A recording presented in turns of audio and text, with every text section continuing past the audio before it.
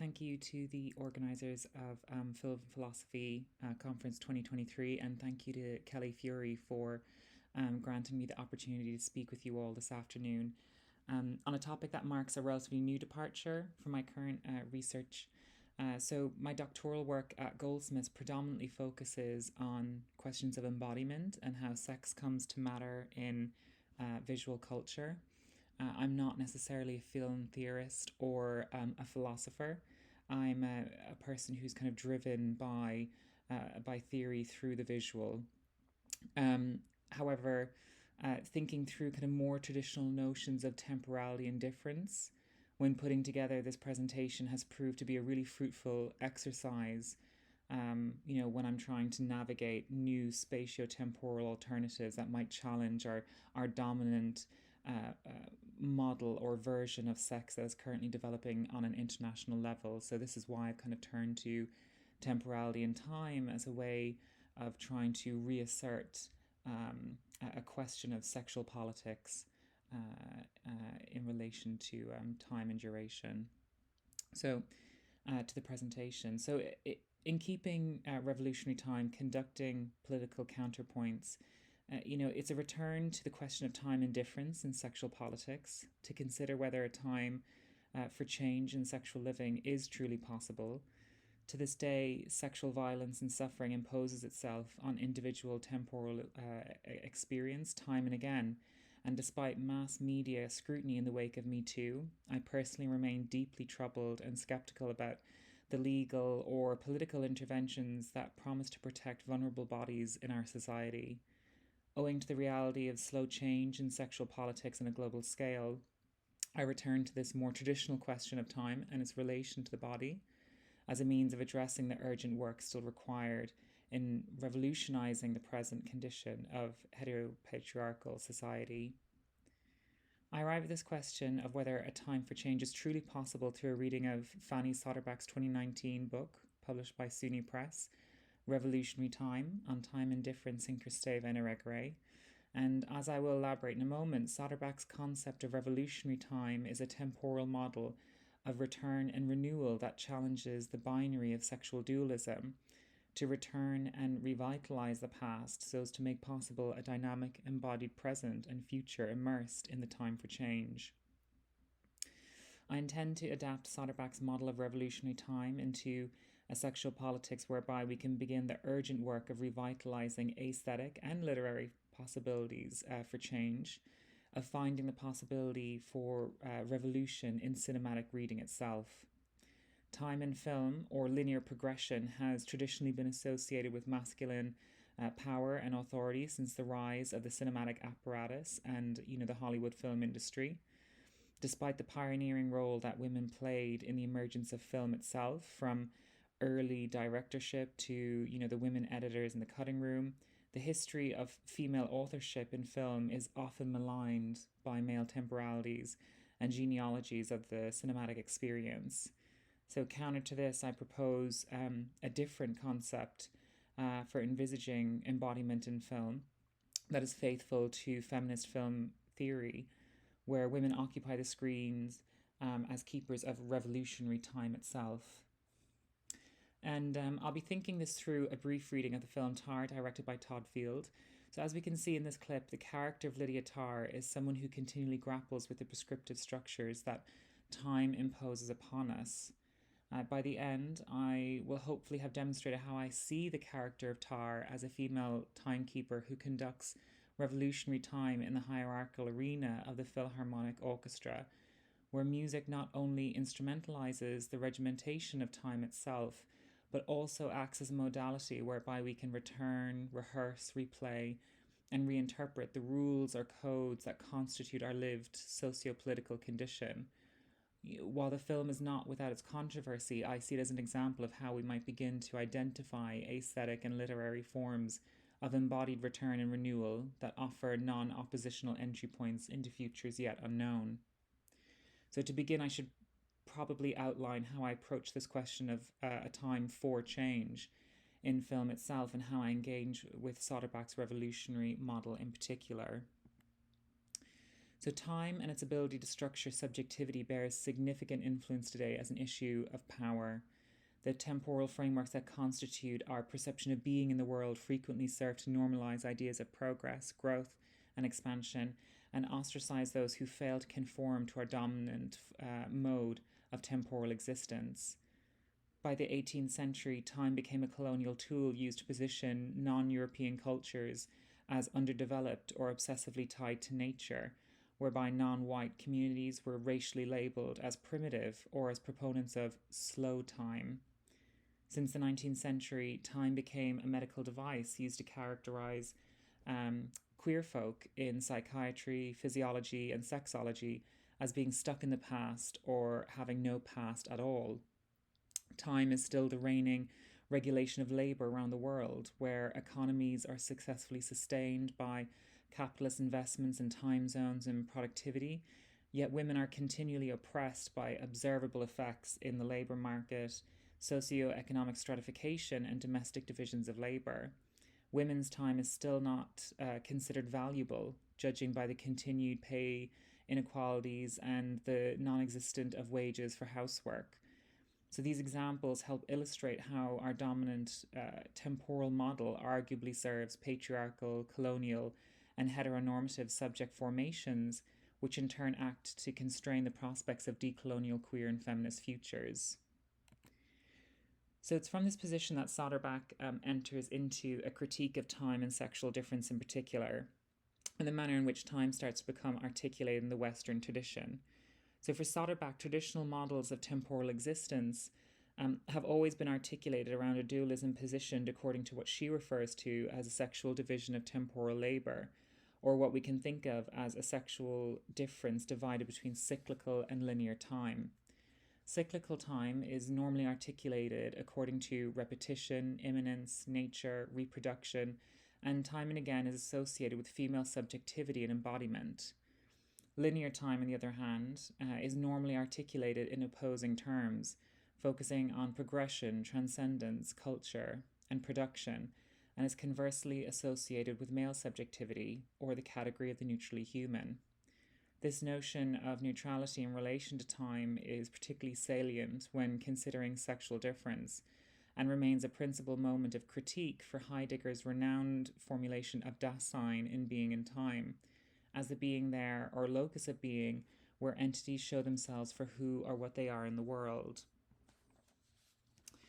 So in Geschlecht, sexual difference, ontological difference, Derrida takes issue with the sexlessness of Heidegger's argument, seeing his deliberate writing of Dasein in neutral terms as a refusal to invest ontological meaning in the matrix of sexual relations that fabricate our world. Soderbergh is equally critical of Heidegger's argument and views his notion of being as an obstacle for thinking time beyond traditional metaphysics, and only serves to homogenize masculine subjectivity with the very specific constraints placed onto female temporal existence. This neutrality ultimately denies women the possibility of transcending any and all oppositional logic present within this sexual division of temporal labour.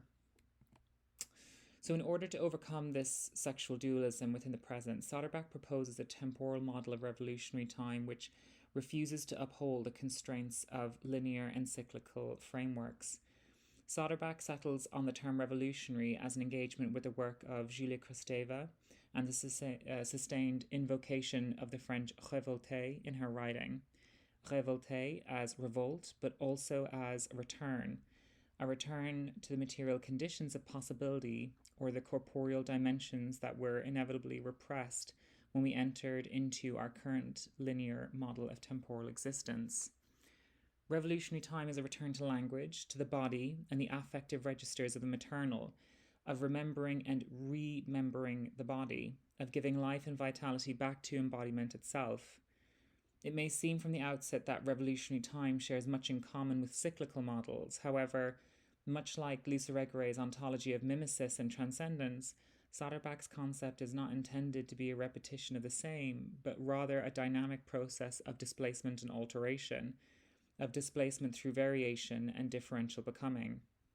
The time for change in Soderbergh's model is reliant on Irigaray's understanding of transcendence, where the body, which is commonly seen as that which limits our freedom and transcendence in philosophy, is intended or is instead the condition of possibility for transcendence.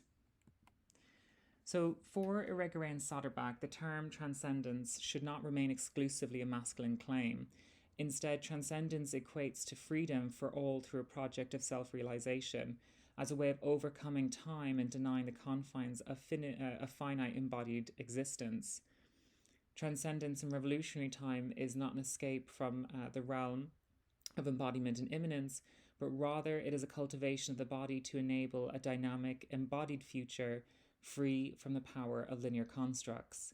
If we think about transcendence as a cultivation of the body, then the materiality of film itself acts as a keeper or imprint of time, one that permits reading and rereading in ways that allow the revolutionary work in sexual politics. Keeping time in the most general sense is a well-known phrase that refers to how we maintain a set rhythm, beat, or tempo. Keeping time in music, for example, it means to make a sound or movement that follows or plays the beat with others.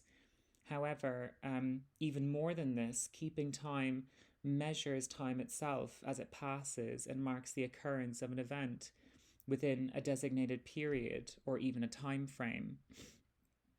So film, by its very nature, keeps time and narrative sequencing in its celluloid DNA. The verb to keep means to have or retain possession of something, to be in charge or control of something. It suggests a kind of physicality or tangibility that implicates the body or body of time as an entity in control of time itself. Keeping time in film, which suggests like a literal holding or privileging of time's relation with the body, might offer viable ways of giving life and agency back to the body in its various forms. And it's with this notion of transcendence as an entry point for revolutionary time that I turn to the film Tar to consider the possibility of return and renewal present within music, and the possibility of a time for change, of keeping in revolutionary time, or in other words, of maintaining or following the rhythm of the other who normally remains unheard. As a brief overview, the film is centered around a fictional character, Lydia Tar, the principal conductor of a major German orchestra, who is in equal parts passionate, demanding, and autocratic. The film is an outrageous and sensuous psychodrama where Lydia Tar, played by Cate Blanchett, starts to unravel in the face of allegations about sexual misconduct. It is true that the film has both captivated and frustrated audiences in light of its refusal to frontally engage with topics such as cancel culture, institutional misconduct, and power imbalances. Some have even accused the film of being regressive. However, I would suggest that we do, in fact, witness Tar's eventual downfall, and that she in turn becomes a victim of political fallout from linear constructs.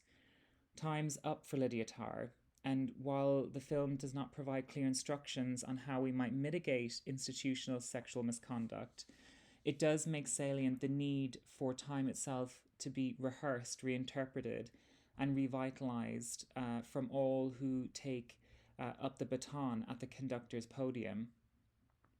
So as I mentioned at the beginning of this presentation, the character of Tar is someone who continually grapples with the prescriptive structures that time imposes upon us. Tar herself confirms this very fact while being interviewed by Adam Gopnik during an extensive opening scene. In her own words, Tar tells us that time is the essential piece of interpretation. You cannot start without me. I start the clock. My left hand shapes, but my right hand, the second hand, marks time and moves it forward. However, unlike a clock, sometimes my second hand stops, which means time stops. The illusion is that, like you, I'm responding to the orchestra in real time and making a decision about the right moment to restart the thing, or reset it, or throw time out the window altogether. What is intriguing about this dialogue is that Tar seems to suggest that she works with both cyclical and linear time, one in each hand. She tells us that her left hand shapes time, moving melodies in cycles. Traditionally, the left hand of the conductor cues the entrances and exits of individual players or sections and indicates dynamics, phrasing, and expression. The conductor's left hand also creates the space for solo parts, singling out players or sections to pierce through the ranks and the hearts of the audience. In this sense, the left hand of the conductor is indeed cyclical, but also offers the possibility for transcendent realization and contemplation.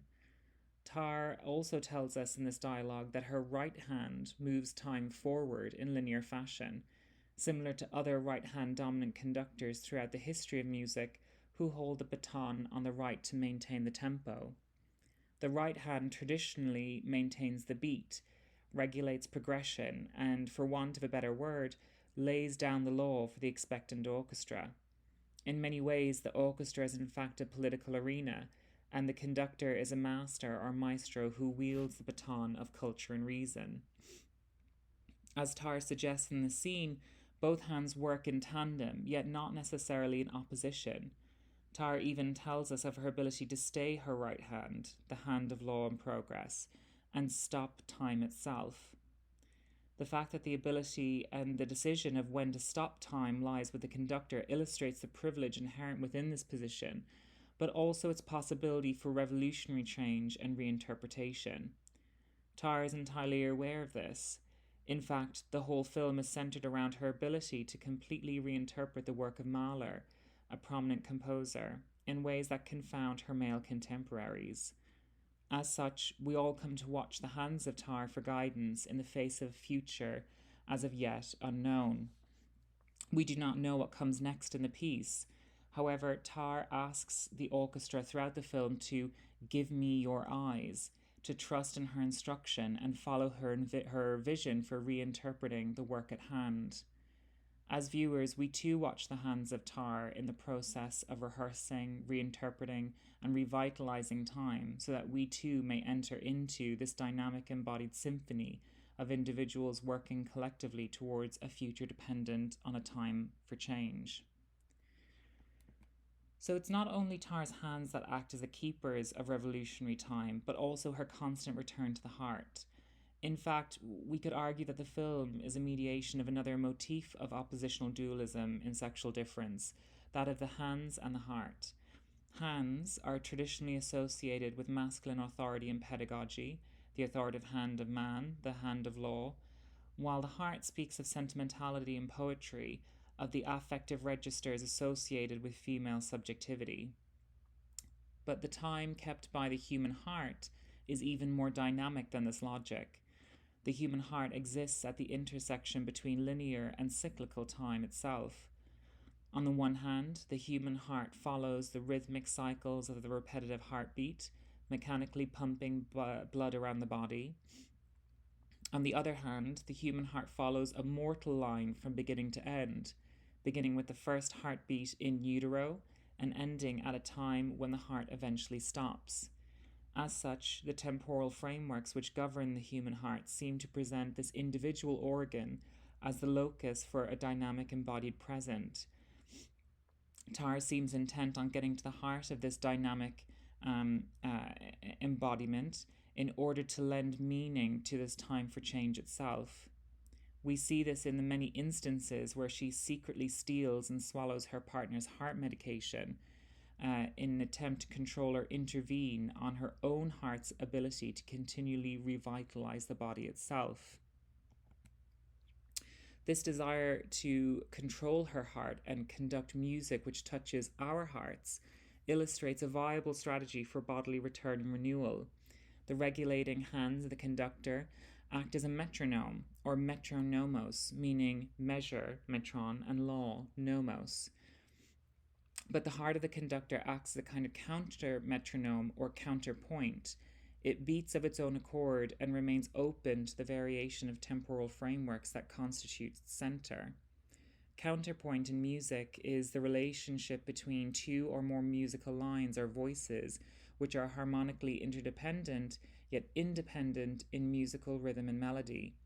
Taking up the baton at the conductor's podium, Tar conducts music according to her time as a counterpoint to the dominant political and patriarchal arena of classical music, where the time for change is at its most pressing.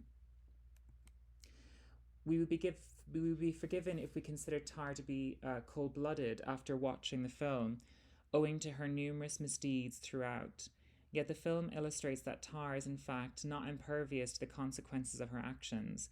Her rituals of hand sanitization and her superstitious gestures, presumably to ward off the ghosts of past misdeeds, fails to preserve her as a conductor of a major orchestra. In fact, Tar's decision to not intervene in time to change the outcome of her fellow conductor's suicide leads to her effective cancellation from the world of classical music, or in other words, for the temporal erasure of her relevance in the changing of times. So, in closing, I guess I want to reiterate that the film does not offer clear guidance for sexual politics, but instead acts as a form of revolutionary potential. It suggests that if we want to ensure that time is on the side of decolonial, queer, and feminist futures, we must intervene on the dominant model of time as it exists in the present. Now is the time for change, to take up the proverbial baton and impose ourselves on the regimentation of linear time itself, to conduct a different kind of temporal model, one that transcends oppositional difference, so that we too may arrive at a dynamic embodied future free from the power of linear constructs. Thank you.